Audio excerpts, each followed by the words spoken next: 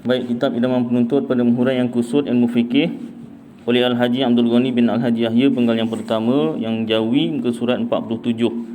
Syarat wajib sembahyang kita dah habiskan pada sampai yang keempat, sambung yang kelima. Ini dah belajar kemarin kat Suagama, ni ulang kaji. Syarat wajib sembahyang yang kelima, sejahtera mata dan telinga. Matanya boleh nampak, telinganya boleh dengar.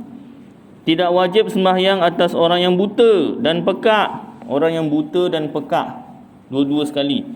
Kenapa tak wajib? Dia tak dapat nak menerima ilmu. Dia buta, orang nak tunjuk tak boleh. Dia pekak, orang cakap tak dengar. Jadi dia tak wajib sembahyang. Tapi ada syarat yang berlaku sejak dari lahir. Memang sejak lahir buta dan pekak ke dunia, atau sebelum memayis, ataupun sebelum memayis, sebelum tahu baik dan buruk, boleh uruskan diri sendiri, kencing cebok sendiri, berak cebok sendiri. Sebelum memayis dah buta dan dah pekak. Sekalipun ia boleh bercakap, dan jika berlakunya selepas memayis, maka wajiblah ia sembahyang. Dia boleh bercakap tapi dia pekak. Biasanya orang pekak dia tak boleh bercakap sebab dia tak tahu nak bunyikan tu. Biasanya orang pekak automatik dia tak boleh bercakap. Boleh bercakap, bunyi tak apa-apalah. Macam saudara saya dah arwah jugalah, almarhum tu, sepupu saya punya bapa, dia bisu. Dia boleh bercakap, bunyilah suara, gitulah. Suara tu bunyi tapi tak apa-apa sebab dia tak tahu nak bunyikan bahasa manusia tu, tak tahu. Biasanya orang yang pekak dia bisu. Bisu tu bukan tak boleh bercakap, boleh bercakap, bunyi tak apa-apalah. Tu sebab dalam kitab buta dan pekak tak wajib sembahyang. Tapi kalau buta sahaja, dia boleh dengar, dia wajib belajar dari segi apa yang dia dengar lah. Apa yang dia dengar. Kalau dia pekak sahaja, boleh nampak, dia wajib belajar, wajib sembahyang apa yang dia boleh belajar. Yang tak wajib sembahyang ni buta dan pekak, dua-dua sekali.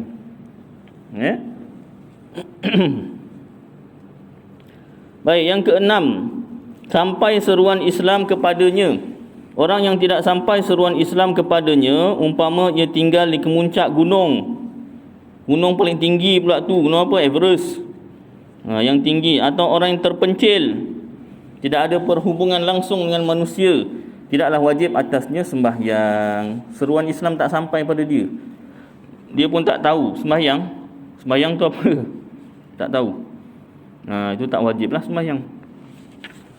Baik, habis perkara wajib sembahyang. Kemudian syarat-syarat sah sembahyang. Untuk mengesahkan sembahyang selain daripada Islam dan berakal, sebelum masuk mengerjakan sembahyang disyaratkan lebih dahulu ada 6 perkara. Sebelum 6 perkara ni, yang pertama mesti Islam dan berakal. Maknanya beragama Islam, tauhidnya betul. Kalau tauhidnya tak betul, tidak sah. Itu sebab dalam kitab tauhid, contohnya kitab Faridatul Faraid, diperingatkan tauhid ini, ilmu tauhid mengesahkan segala ibadat. Kalau tak sah tauhidnya, maka tak sah segala ibadat yang wajib dan yang sunat. Maka ada hadis Rasulullah sallallahu alaihi wasallam, umatku pecah 73 golongan, semuanya masuk neraka kecuali satu, yang mana aku dan sahabat-sahabatku di atasnya. Jadi syarah hadis tersebut, akidah yang selamat ialah Ahlus Sunnah wal Jamaah. Ahlus Sunnah wal Jamaah. Oleh Jabatan Agama Johor dikhususkan lagi, iaitu aliran Al-Asy'ariyah dan Al-Maturidiyah. Kenapa? Dua orang imam ini, dia bukan buat akidah baru, tidak, dia susun akidah Ahlus Sunnah wal Jamaah tu yang dipegangi oleh Rasulullah sallallahu alaihi wasallam dan para sahabat radhiyallahu anhum ajmain. Disusun sebegitu rupa supaya mudah dipelajari. Disusun dalil nakli, Quran hadis, dan juga dalil akli, dalil akal. Zaman Rasulullah, sahabat-sahabat diajar tu secara tak langsung. Dia bukan macam kita Hari ni kita belajar tauhid ya. Hari ni bab wujud. Esok kidam 3 bakok. Lusa bakok tulat, wujud kidam bakok mukhalafatul lil hawadis. Tubin qiyamuhu binafsihi. Lepas tubin tak tahu apa. Itu satu persatu, tidak secara tak langsung. Allah Ta'ala turunkan wahyu kepada Rasulullah. Rasulullah sampaikan kepada sahabat daripada ayat Al-Quran tu, sahabat-sahabat faham. Ini berkaitan tauhid ada, berkaitan fikih ada, berkaitan tasawuf ada dan lain-lain. Sahabat pandai. Kalau dia tak faham, dia direct tanya Rasulullah, ayat ni menerangkan apa? Rasulullah jawab.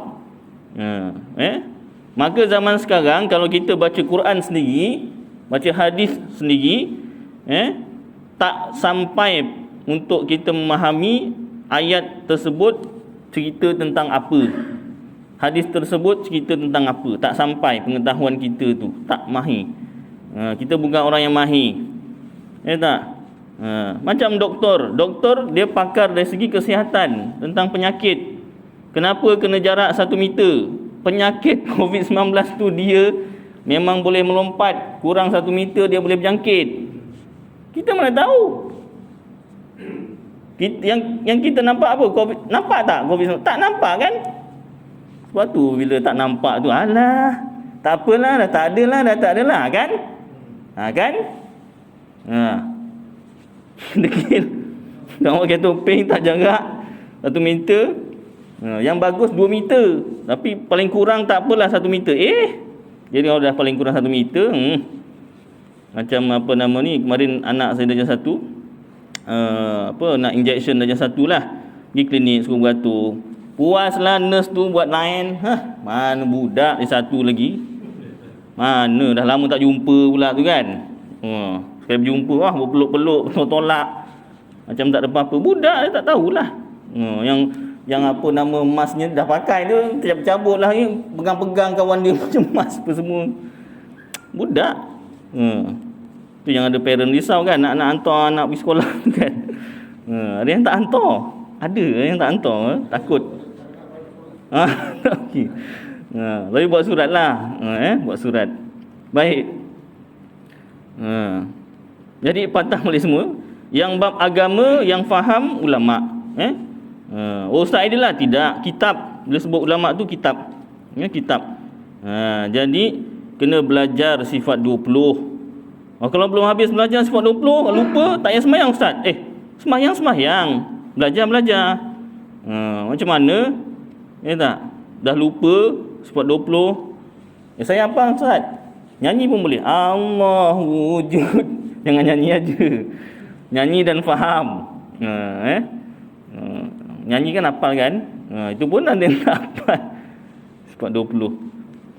Dulu kan ada apa nama ni, nasyid tu kan, yang kumpulan nasyid tu buat apa nama tu, nada murni tu kan. Itu untuk hafal. Untuk faham wajib belajar. Kalau tak belajar, contoh berlaku sesuatu fahaman yang salah, kita tak dapat nak apa nama selesaikan. Tak dapat selesaikan. Baik, ni kuliah fikih saya tak sambunglah. Akan panjang cerita tauhid ni. Baik, jadi tauhid kena betul. Kalau tak sah sembahyang. Caranya macam mana?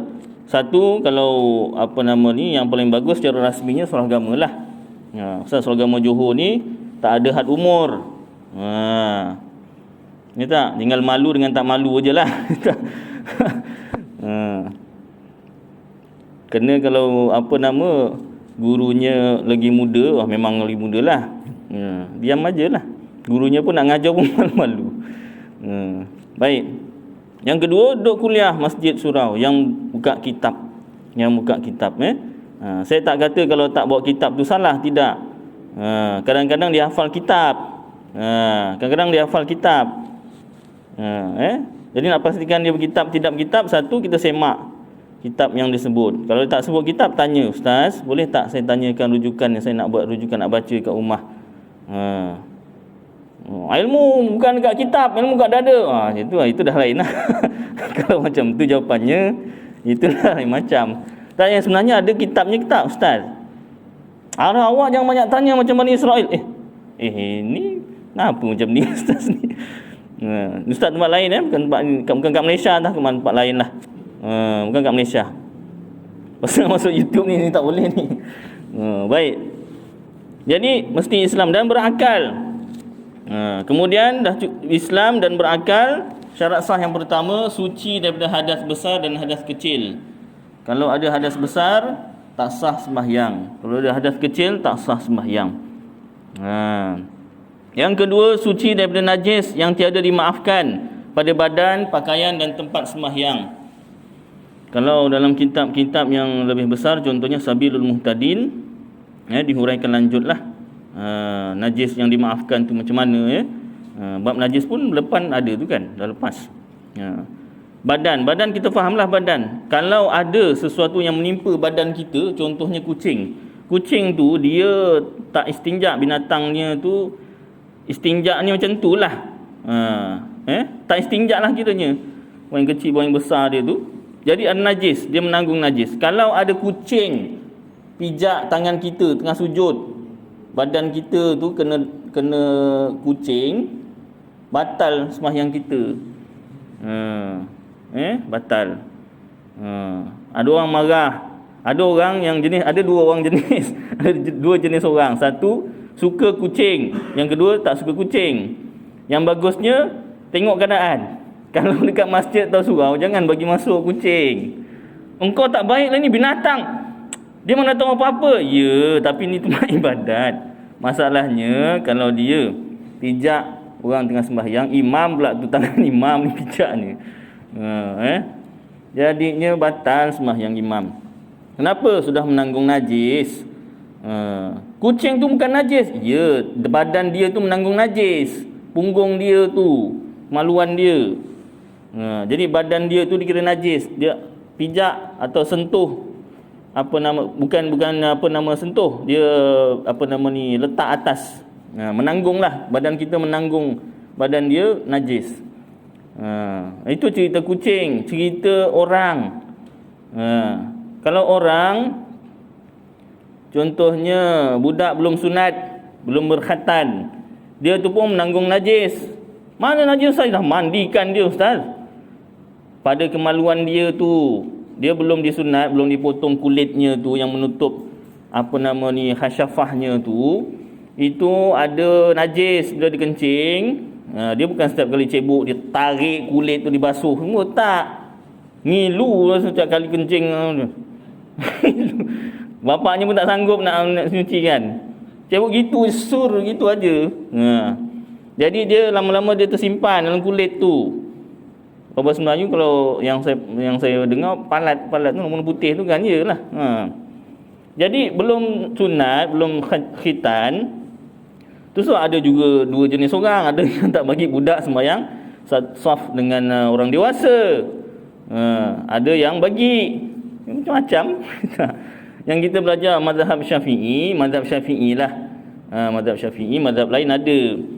Mazhab Syafi'i, kalau budak tu belum sunat, dia badan dia menanggung atas kita, bukan setakat badan, pakaian dia tu besar pula tu, kena atas badan kita atau atas pakaian kita, pakaian dia dengan pakaian kita, pakaian dia atas pakaian kita dah. Jadi tak sah sembahyang. Pasal apa? Najis, menanggung najis. Baju dia tu bersih, badan dia tu, baju dia tu berkaitan dengan badan dia tu pula menanggung najis. Itu sebab kalau mazhab Syafi'i, kanak-kanak yang belum sunat, belum khitan ni suruh sembahyang kat belakang. Belakang. Dah sembahyang belakang ustaz, yang lambat-lambat ni datang kemudian. Yang belum sunat cepat datang, yang dah sunat lambat datang. Adalah halnya kan. Bukan sengaja, ada halnya kan. Habis macam mana? Jangan rapat-rapat lah. Dah awak dah lambat, jadi jarak sikit dengan budak tu, jangan rapat-rapat dengan dia. Mazhab lain tak? Mazhab lain ada mazhab Maliki. Dalam mazhab Maliki, dalam kitab Fiqh ala Madhahibil Arba'ah, pada tangan saya tak ada, guru saya ada. Itu dalam mazhab Maliki, suci daripada najis dalam sembahyang sunat sahaja. Itu ada dalam mazhab Maliki. Saya terangkan dulu mazhab Syafi'i lah.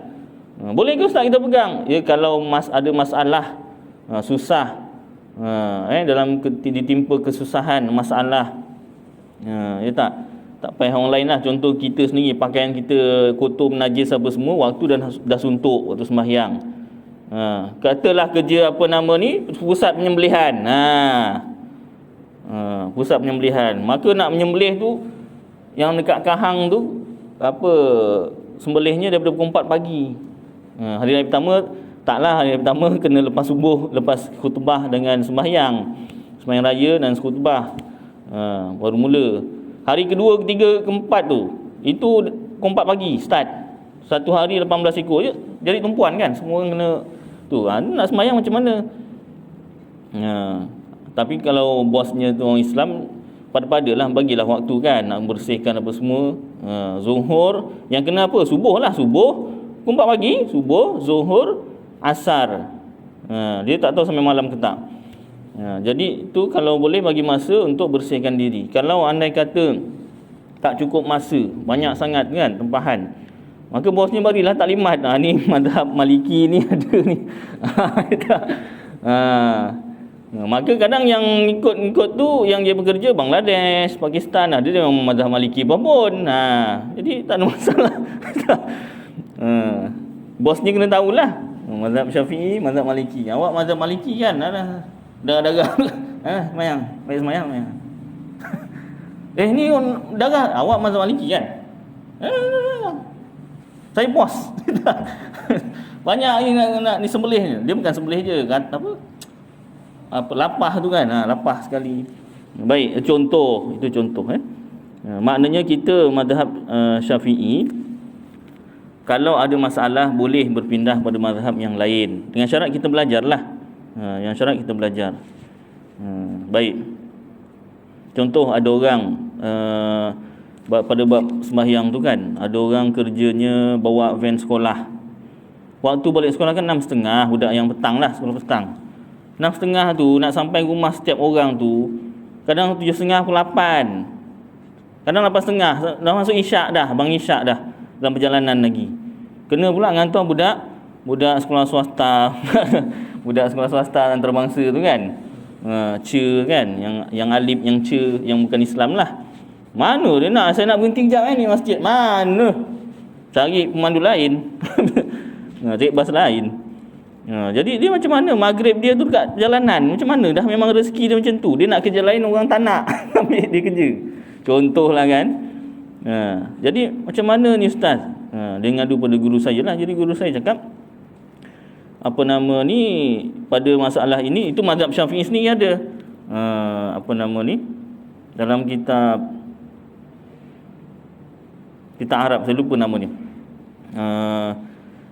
Dibenarkan jamak takhir. Jadi dia sembahyang maghrib, masuk waktu maghrib dia niat, ya Allah aku nak sembahyang maghrib dalam waktu isyak.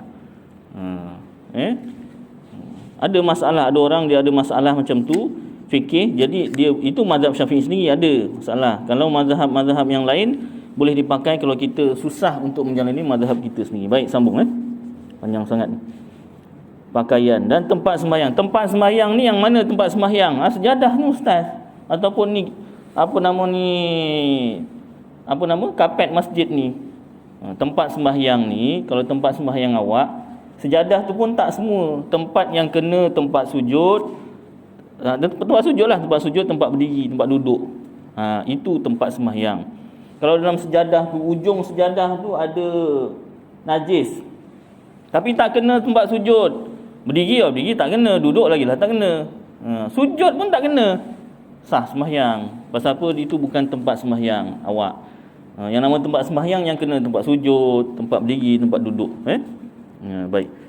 Syarat sah yang ketiga, masuk waktu. Pastikan masuk waktu.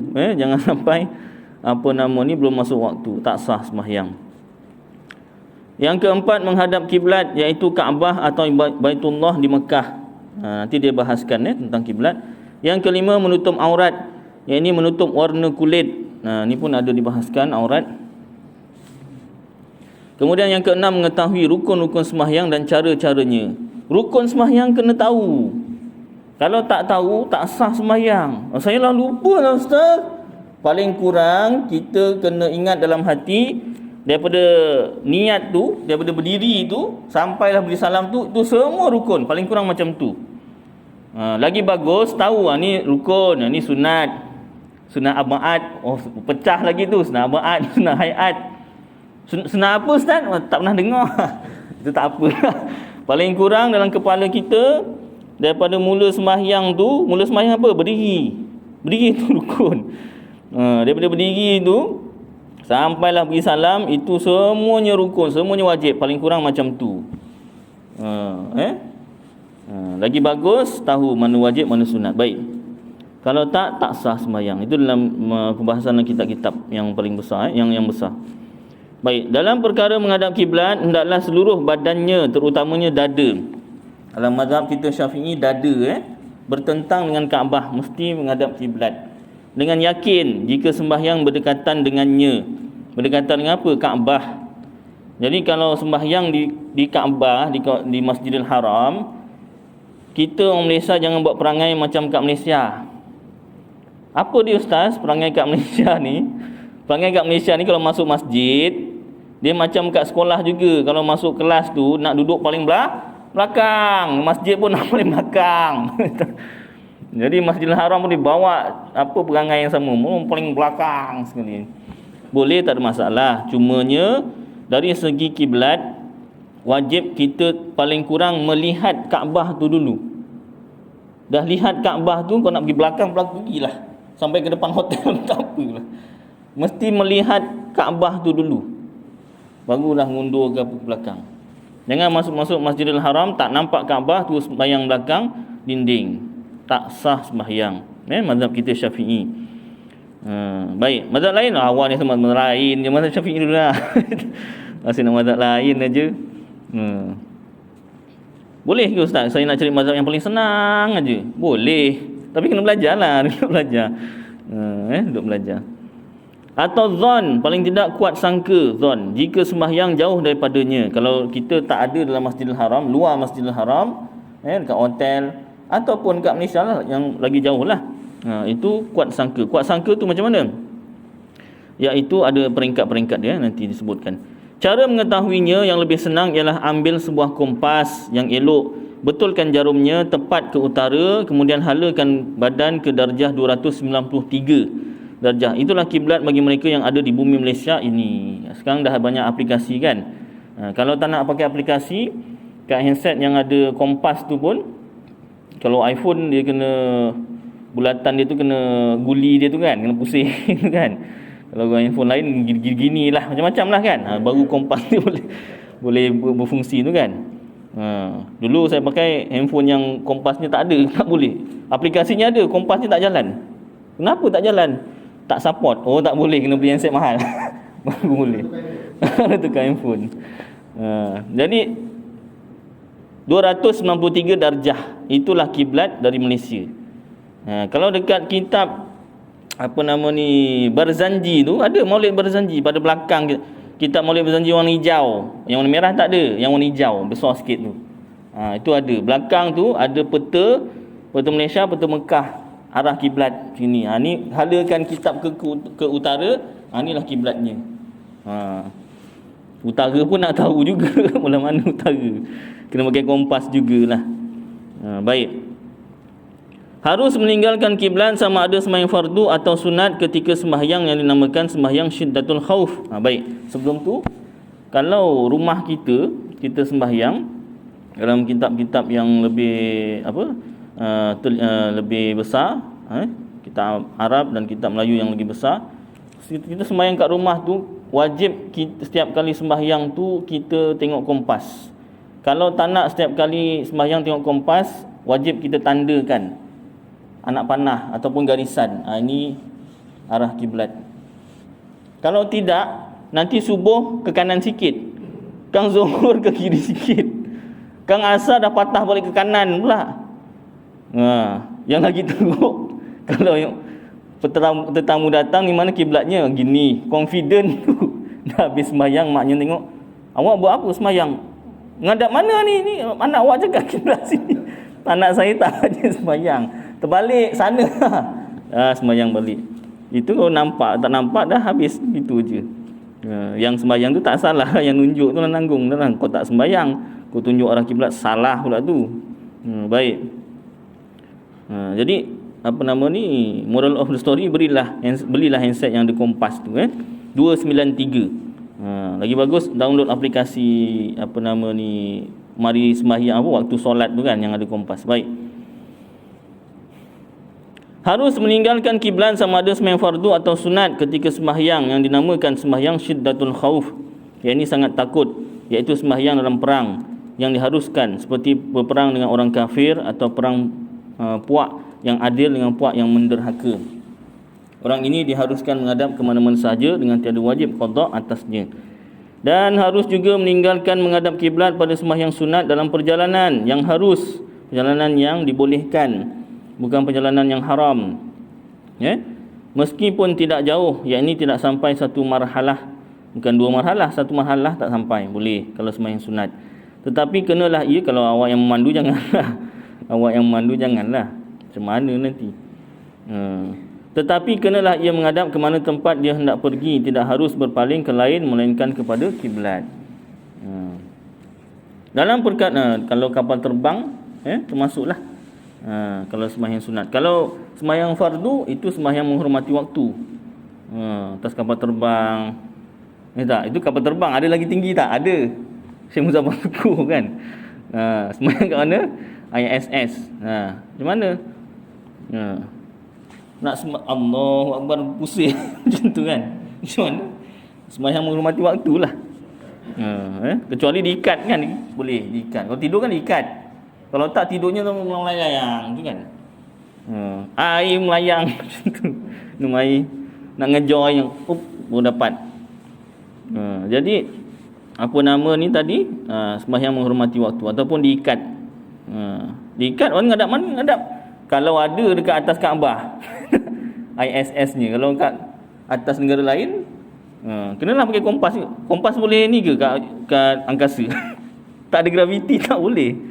Jadi macam mana sembahyang menghormati waktulah dalam angkasa lepas.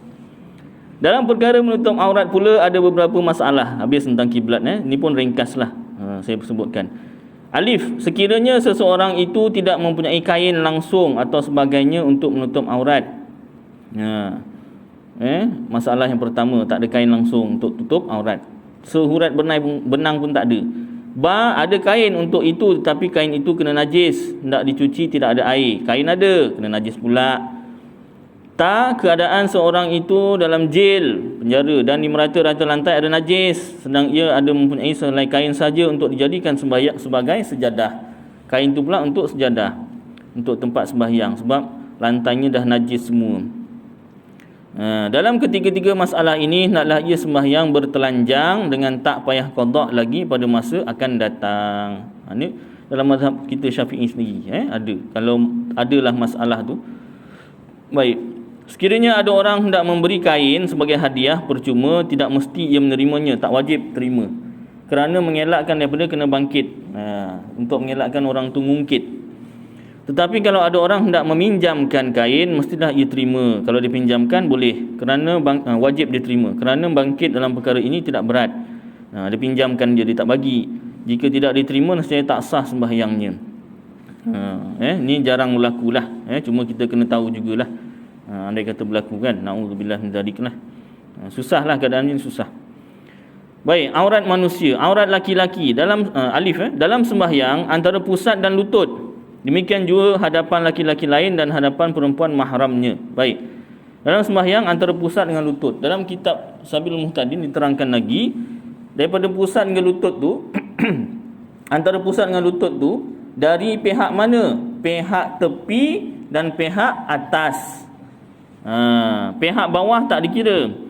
Pihak tepi tak ada lubang, tak ada koyak. Pihak atas tak boleh dilihat. Maknanya kalau boleh dilihat, tak payah tunggu orang lihat pun dah batal sembahyang. Contoh, kalau saya pakai jubah saya ni pakai butang, tepi dia ni ada lubang. Kalau diselak, orang boleh nampak kalau saya pakai kain bawah pusat. Kalau diselat boleh nampak pusat. Perlu tak orang tengok? Orang buka saya punya baju jubah ni, kat luar ni baru tengok, nampak lah. Tak perlu macam tu pun dah batal. Maknanya asal boleh dilihat dari pihak atas dengan tepi tu, pihak tepi lah. Kalau pihak atas katalah jubah saya ni pakai zip, pakai zip, jadi tak adalah lubang tepi kan. Leher jubah pula besar, masa berdiri tak ada masalah sebab dia melekat tu kan. Bila rukuk tu, rukuk orang boleh nampak, orang boleh nampak. Kalau apa nama kain saya bawah pusat lah, orang boleh nampak. Tak perlu orang tengok, nampak tak perlu orang tengok baru batal, tidak. Betul kan? Baik. Kalau dari pihak bawah tak ada masalah, tak dikira. Dari pihak tepi dengan pihak atas.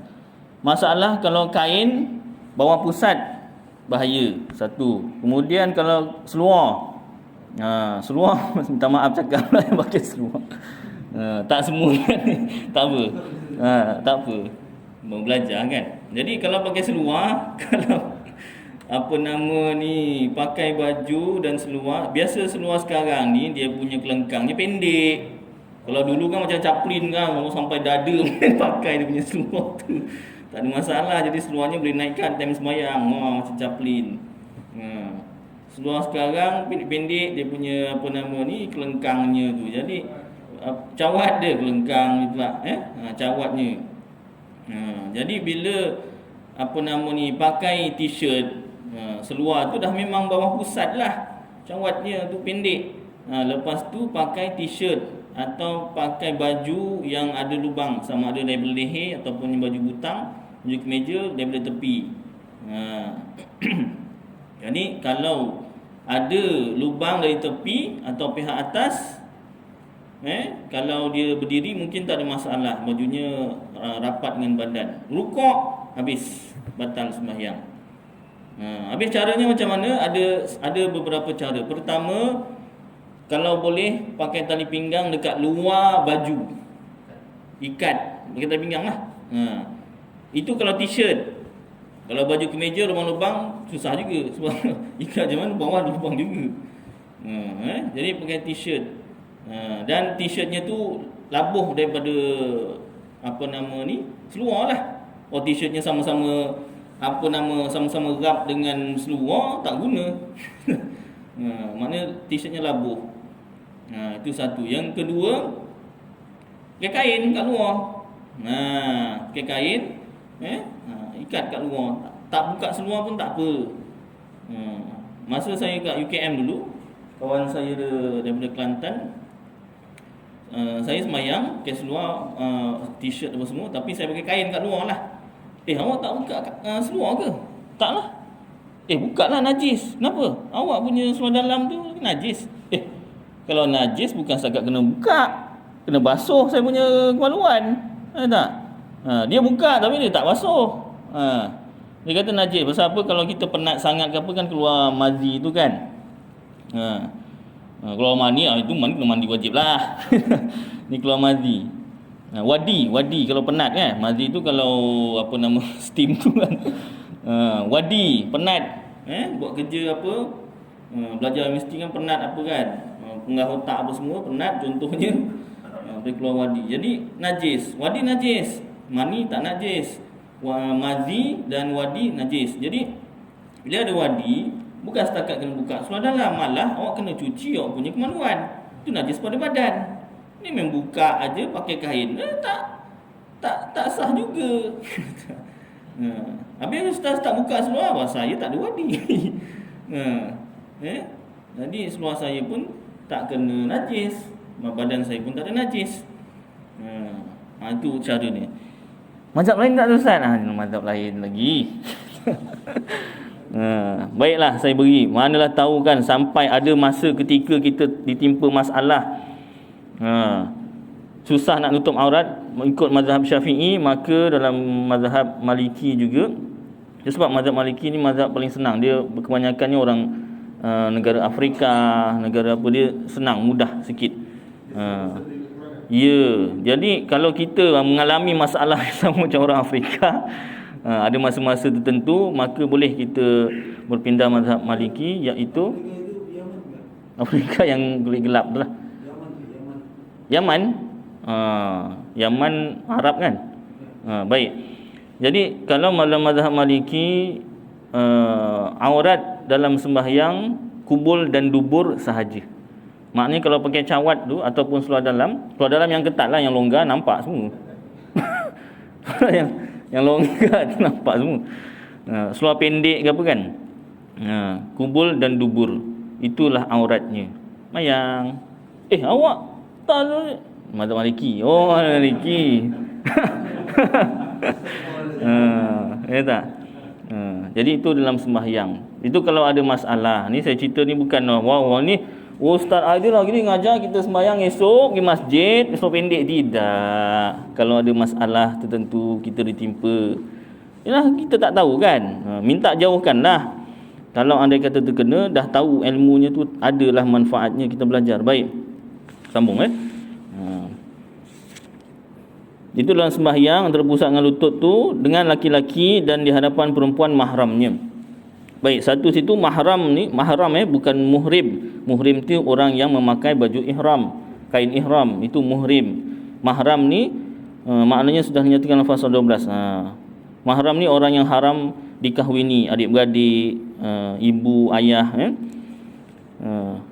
12 pembatal air sembahyang. Pasal 12 pembatal air sembahyang dan akan diterangkan lagi dalam bab nikah akan datang insya-Allah. Baik.